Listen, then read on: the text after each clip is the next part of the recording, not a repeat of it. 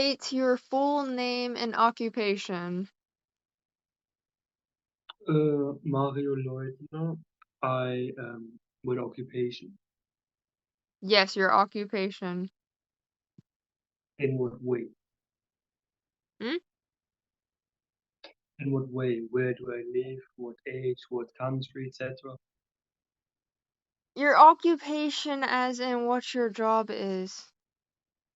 I'm construction worker. Okay. Question number 2. Can you tell me a little about yourself and how you got into construction work? Okay. Well, I am a 17-year-old boy. I just fucking finished school about 2 years ago. Uh, I was trying out different jobs pretty much, and because of that, I tried out many construction jobs, and at some point, I have gotten in the construction job that I am in right now, which is as a rooftop repairman, constructor, solar panel installer, network installer, general electrician, and general networking and security setup. Okay. How long have you been working in the construction industry? A year and a half. What specific role do you have on a construction site? Like, is it carpenter, electrician, general labor? It depends on the construction site, but most of the time I am the guy that repairs the rooftops or builds them or sets up the solar panels or does the electrician work and networking work.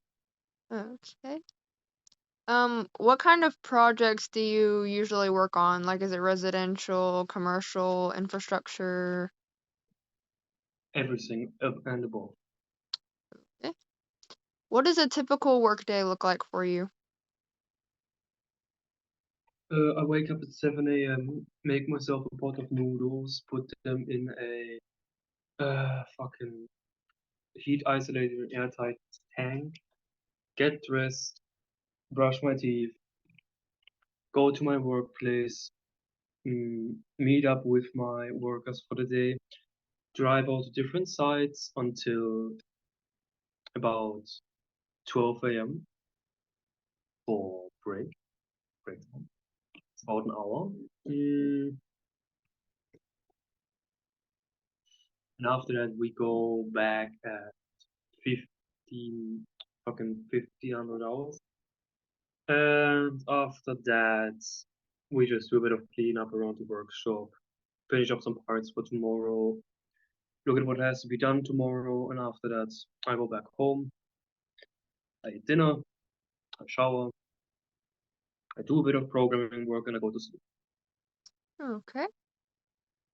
Um, what are some of the main responsibilities of your job? That is actually a good question. Hold on.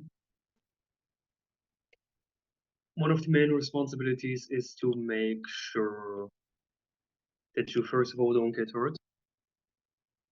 Like in general, that's always a good thing. Just wear steel cap shoes, a good uniform that doesn't rip easily.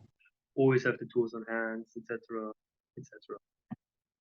Uh, Another thing that I do is most of the time I actually help the people that are trying out the job, meaning I take them with me and we just go do some simple stuff there, let them get into the work environment and see if they want to stay. Okay. Those are the two things. What skills are most important for your role in construction? Quick thinking, a good stability, fast problem solving, and most importantly, a lot of organization.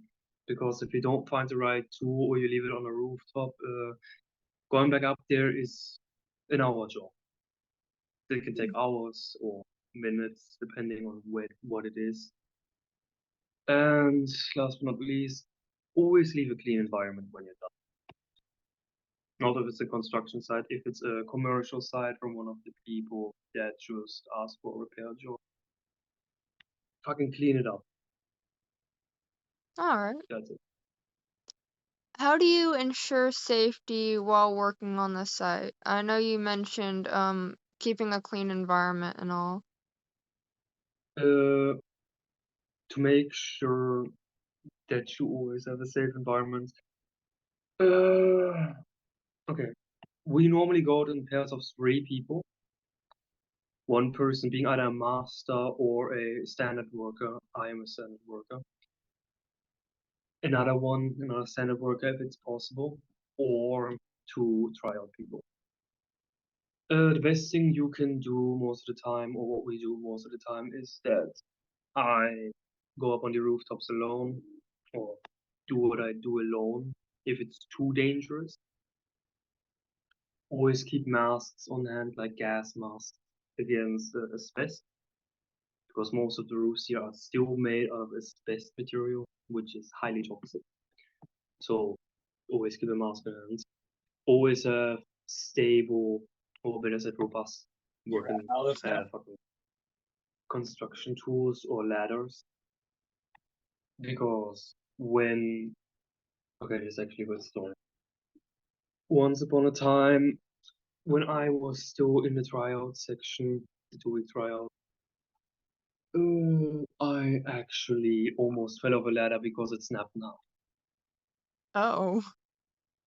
Yeah, so don't fuck with aluminum. Always just have something robust that you can rely on.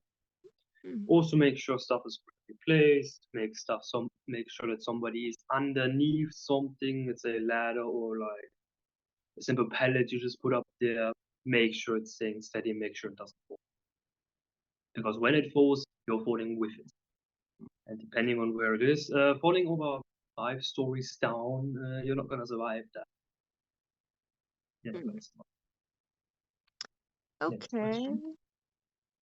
Can you share an example of a challenge you faced on a project and how you solved it? Okay, somebody, or what is it, a construction company has switched to solar for most of their electricity usage because electricity is getting more expensive here. They wanted us to install solar panels on a 95-degree angled carbon sheet roof, which as we tried to mount them, we saw that these solar panels would just fall off after the next simple rain. So what we did is we mm, fucking put up a lot of ladders and some different construction structures. Sorry about my bad English here. I need to translate this on the go. We set up titanium laced steel beams around along the walls that will be facing near the sun most of the day. And well, we put them up in a way that they wouldn't be able to get ripped out of the wall by heavy rain, heavy storm, heavy thunder, etc., etc. A tornado could hit and those things will not move pretty much. We angled the solar panels to make sure that they wouldn't fall and that it would actually put some more constructional stability onto the construct. And all the wires, since they're solar panels, all the wires were already watertight. But if they're not, we would normally actually put some Teflon tape around the whole cable system. Okay. How do you stay up to date with new construction techniques and technologies? Every 2 years, you need to refresh your work diploma. So instead of university, we have a fucking job university, which means as soon as you have finished it, you need to go, depending on the job, can go every year, every 2 years, or every 8 years. In this case, you go every 2 years and you just go back to the school you was trained at and get the new stuff taught real quick. And if that doesn't help, you can always look stuff online. We also have logistical warehouses around all cities here in Germany so that We can just ask them for construction blueprints that we could look at or any type of inspiration. Okay. Moving on to work environment and tools. What are some of the tools and equipment you use regularly, and how do you maintain them? Okay, a wrench, two ladders, some rooftop ladders which are normally made out of wood, uh, a ratchet chest, which well is just for the very different types of ratchets, a few drills, electrical screwdrivers, and of course all the different materials you need to do everything. For the maintenance, most of them are made out of waterproof, no rust material that cannot break down at all. Whatever it comes to the power tools, if they're broken, we either open them up if we do have blueprints for them and the tools on hand to repair them. If not, we just bring them back to the logistical warehouse and get them replaced by the state instantly. Okay, what's the most physically or mentally demanding part of your job? Physically. Uh, so most of the roofs here are still made out of wood. Some of them are made out of metal, but we still go with wood since there are a lot of checks that are done to make sure they are stable enough to be used in a construction able material, construction able site or construction based job. Uh, what was the question again? I just had a fucking What's the brain. most physically or mentally demanding part of your job? So it is mostly just logistics when you go and let's say construct a brand new roof. Not only are the plates that you have to use very fucking thick and very fucking heavy, they are almost as big as pure tungsten coils, like these small fucking tungsten coils. And those do weigh about 20 to 40 pounds each.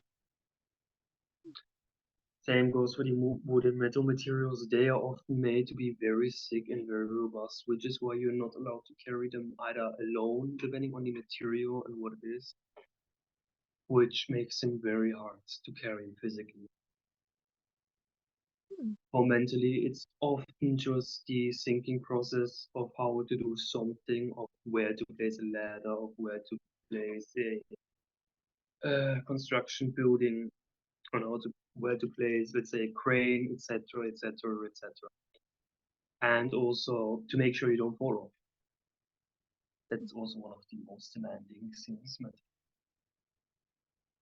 Also working under pressure because sometimes we have two jobs, sometimes we have five per group, sometimes we have 50 that we have to do in one day. It's very demanding, very fast. And yeah, that's pretty much it. Um, do you prefer working in a team or independently? In And a team. why? Because then I fucking know that somebody is gonna be able to catch me and somebody is gonna be able to help me along the way every single day. Okay. Um, what's it like working in different weather conditions? We don't work with heavy rain, we don't work with heavy snow because of security reasons. So in the cold, it's actually quite nice to work. In the summer, you get a little bit of sweat, but it's fine. You also do get a lot of sunburn, so wear sunscreen if you do the same thing that I Okay. Now we are moving on to career and industry insights. How has the construction industry changed since you started your career? basically just better tools, less people working per construction industry, and way more. Mm, come on, let me think. Way more strict work environments and work policies. That's pretty much. Okay. What do you enjoy most about working in construction? That is quite. easy to understand. As a German person, not saying this as something directly to a simple country, we are just very, very fucking smart. That means when it's hot and let's say we have a crane here, mixing barrel, like a small mixing barrel structure, and let's say a lot of milk, a lot of vanilla powder, we're gonna make ice cream. Like all the tools are perfectly clean and pristine at all times. So if you haven't used them that day, you can use them for another purpose, which isn't illegal actually. A lot of people think it's illegal, but since those are the tools supplied by your higher up or the state directly, whatever you do with them is your problem as long as the job is done properly and up to code. It doesn't matter. That's Are there any misconceptions about construction work that you'd like to clear up? okay. It is not that hard as you believe it is. I swear to fucking God, I'm only gonna say this once. It is not that hard. The start is hard when you have to get into it, but as soon as you go into training for that specific task here, every single time that you go to a construction site, it's a 2 week school, 2 week site plan where you get, let's say, 600 to 120 euros a month. And you just have to get into it once. I wanted to be a teacher back in the day, but I'm happy I didn't because number one, school fucking sucks. It doesn't teach you jack shit. It doesn't teach you about real life. There is no social shit there that's normal. There's a fucking social hierarchy there that's worse than World War II. And well, what can I say? I've experienced it all firsthand, so please try it out. You will not regret it as soon as the first page comes, I can assure you that. What advice would you give to someone considering a career in construction? Okay. If you want to do something with plumbing, get yourself your own gas mask. If you want to do something with electricity, like an electrician or a high voltage construction worker, power lines, or networking, etc. Static proof gloves, static proof uniform, metal tools that are certified to be coated with, let's say, resin or niobium, because they do not conduct static. And when you slip once, and if you touch something with your hand like a circuit breaker, you're gonna be dead. If you wear those gloves, it's only gonna be a little spark and a little bit of flame, but that's fine. Now, for anything regarding renewable energy, if you do it here, you get taught everything you need to. But for the Americans, since I know you near Texas, uh, a very robust helmet is always nice. A uniform that has a lot of pockets is nice.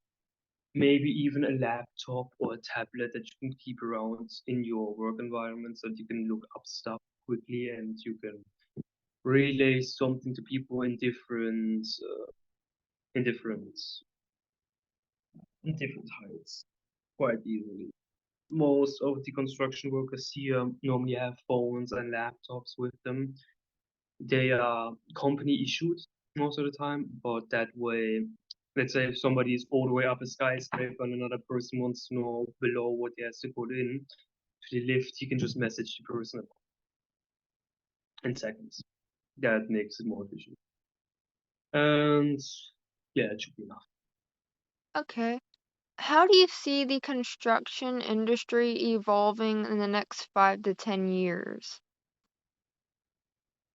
Let's just say in 10 years, with everything going on right now, we are working on creating robotic replacements or robotic harnesses and exoskeletons that allow us to be more secure and limits the ability from us to, for example, fall, get shocked, let us be able to carry large things much easier, and etc. etc.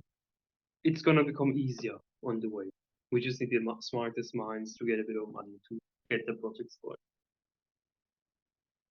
Okay. What's the most interesting or unique project you've worked on? And this is all based on personal experiences now. Hmm.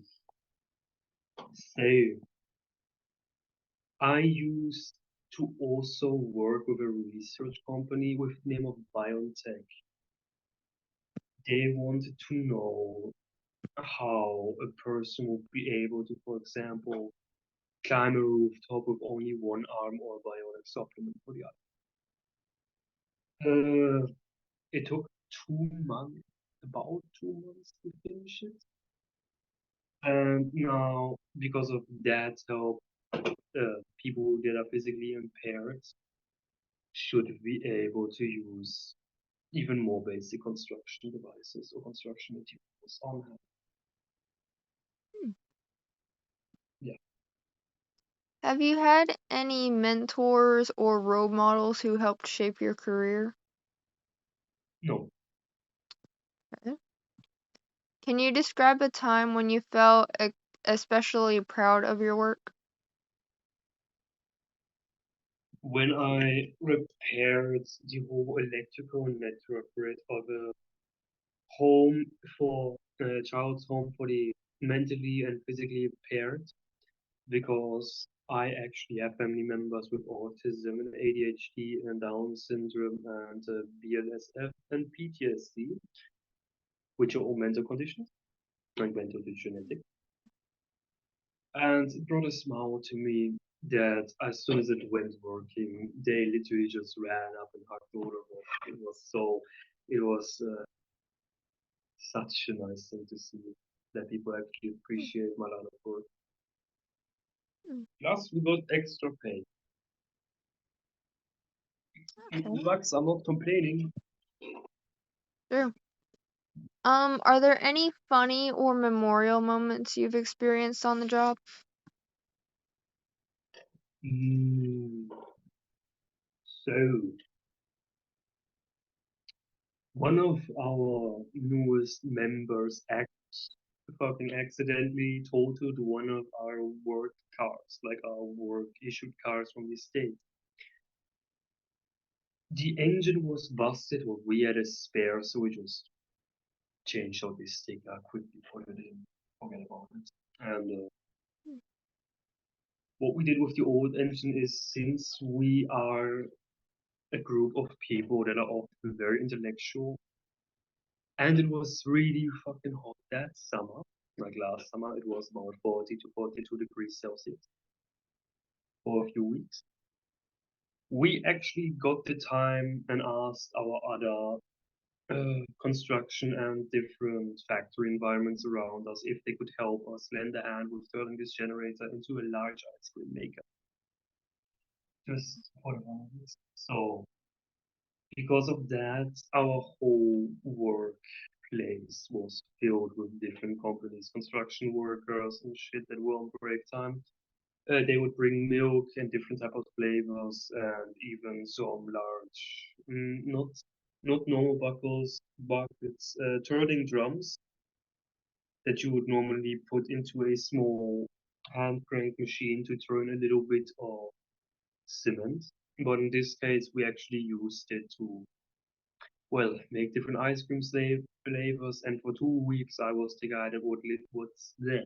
It was literally controlling the whole ice cream side of things in that case. It was a very nice site. We got a lot of money from it, and think smarter, not harder. If you have spare parts, make something with it. Hmm.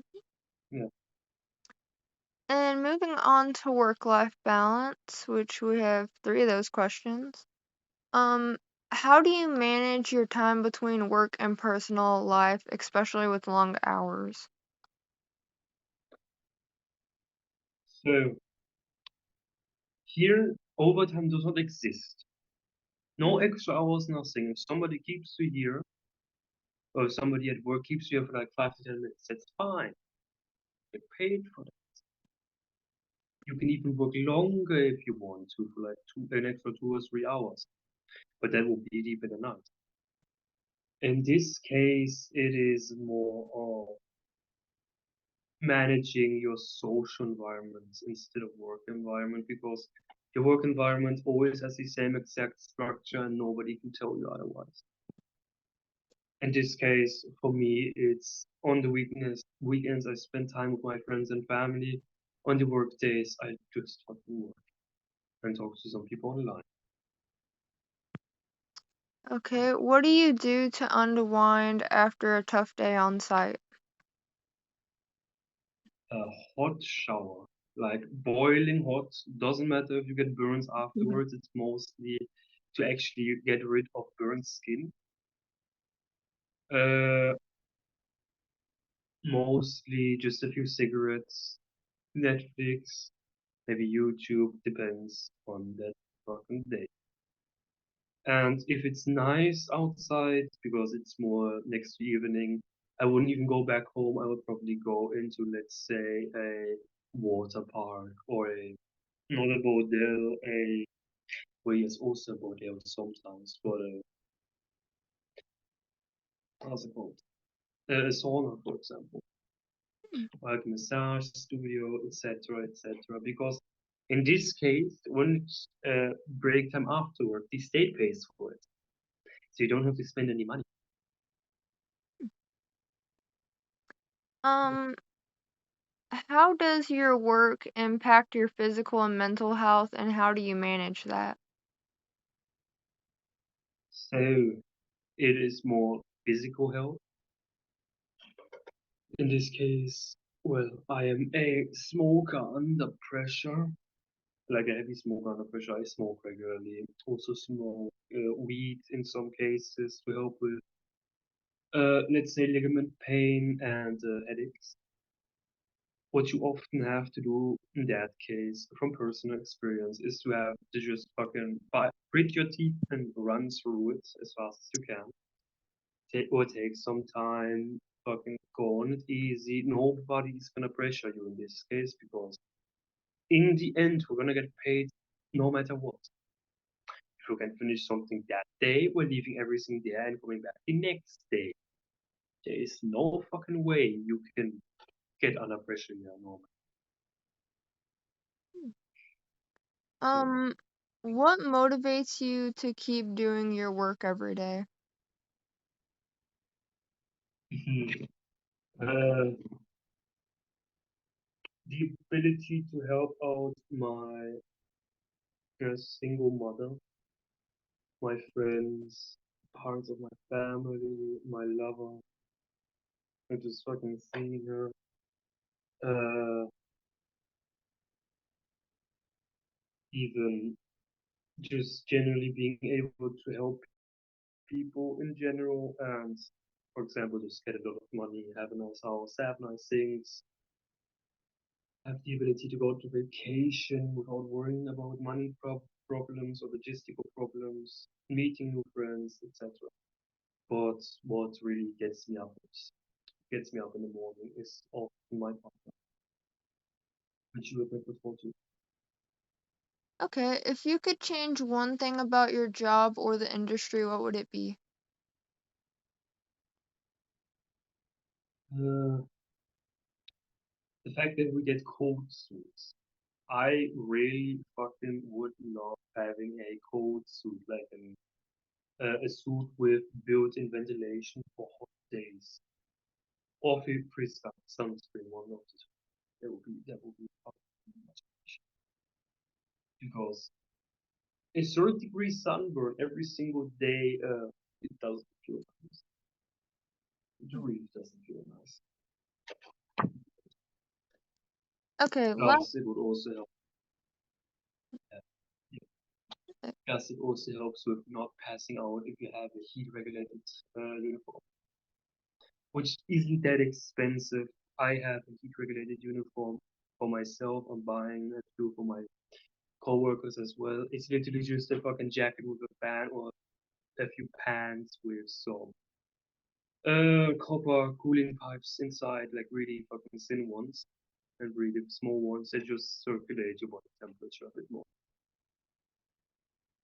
It gets rid of headaches, it gets rid of migraines, it gets rid of the ability for you to pass out from heat stroke.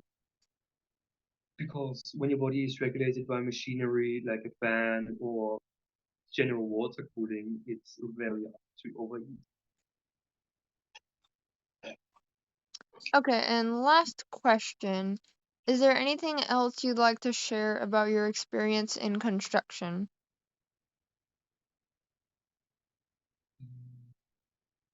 Okay.